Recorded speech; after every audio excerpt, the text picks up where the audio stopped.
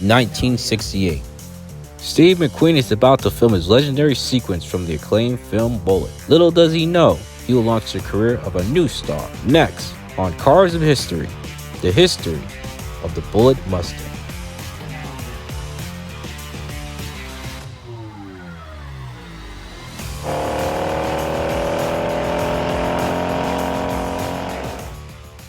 "4 years ago, April 17, 1964, Henry Ford II unveiled what will be known at the time as a pony car. The car will be none other than the iconic Ford Mustang. The car will be referred to as a poor man's Thunderbird. The minute that this car was unveiled, everyone and their mama wanted one.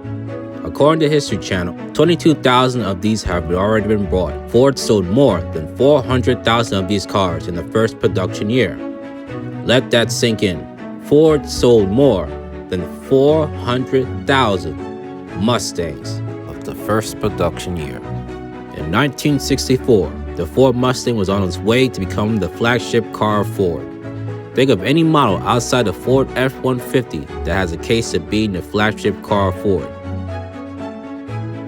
No answer?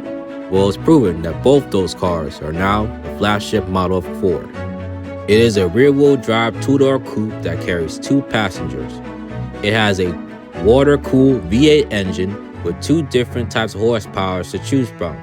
The first horsepower is 164 horsepower with 2 60 cubic inch V8 as well, and your other option, 210 horsepower, 280 cubic inch V8.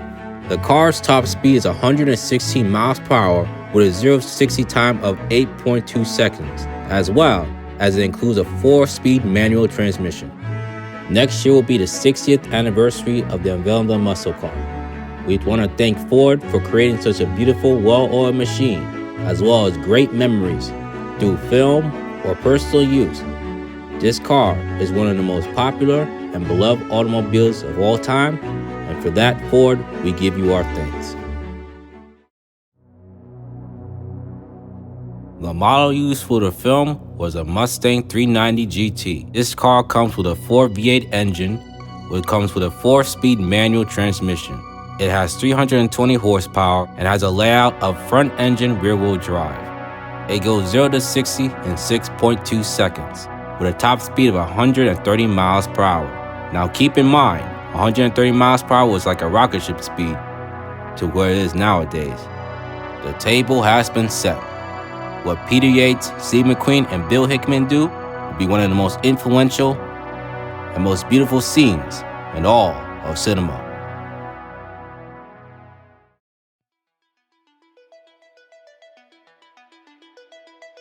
Before Don Johnson donned the mantle as James Sonny Crockett in Miami Vice with the beautiful Testarossa. Before we had Will Smith and Marlon Lawrence tag team it up with also a black, beautiful Porsche 964. And right at the same time as Columbo, who saw crime with his beautiful, small Peugeot 403.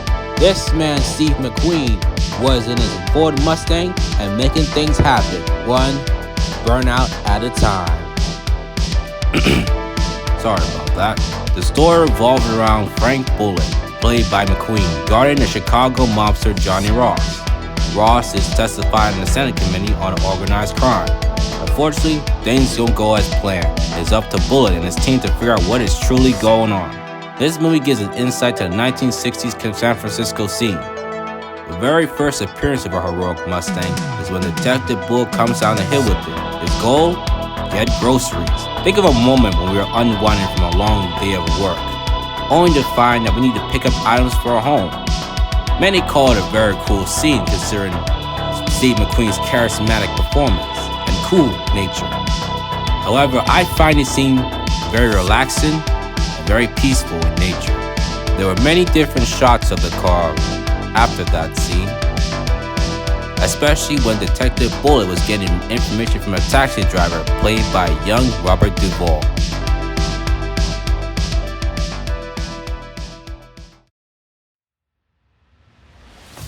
The chase occurred when the 2 hitmen catch the eye of Detective Bullitt. At first, the hitmen follow the detective, but then the detective loses sight of their vision. Ultimately, he turned the tables on them and ends up following them. While this is all happening, Shifting Gears by Lalo Schifrin is playing in the background. I'm gonna say it's one of the greatest suspense songs of all time. Its haunting beginning, where it plays where the two men are following Detective Bullitt, it induces a sense of fear and concern for our cool hero. But when the trumbo hits, it gives us a sigh of relief that our hero has won up the two men. The two cars engage in a cat and mouse game while driving in the flow of traffic. But then, the hitman decides to put on his seatbelt, thus preparing the audience for the magical scene.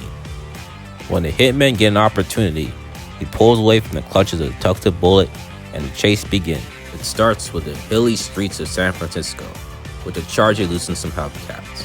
Both cars are engaged in a duel, as if the cars are talking to each other. Meanwhile, the drivers in the car are not saying anything, just the engines roaring. The chase then goes to the countryside of San Francisco. One of my favorite parts of the chase is when the Charger, desperate to get away from the Mustang, pulls a dangerous maneuver in which an oncoming motorcycle driver falls from his motorcycle and the Mustang spins out. The hitmen are relieved that they may have lost Detective Bullitt, but in a wholesome moment before proceeding the chase, Detective Bullitt makes sure the motorcycle driver is being helped. After realizing that he's being helped, he continues on and manages to catch up to the Charger. We also get to see the power and speed of the 390. The chase ensues and ends with Detective Bullitt winning, but the Mustang ends up breaking an axle at the end of the chase. The car did its job, and cinema history was made. What Steve McQueen and Bill Hickman did was outstanding. Both changed the game on how a chase scene is done. Peter Yates' realistic approach should also be admired.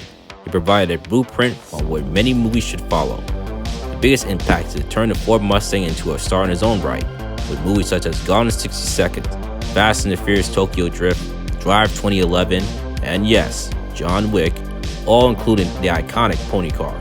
It goes without saying that because of this 1968 Mustang, most of those Mustangs are revered. And that is why the 1968 Mustang 390 GT is one of the legendary cars of history.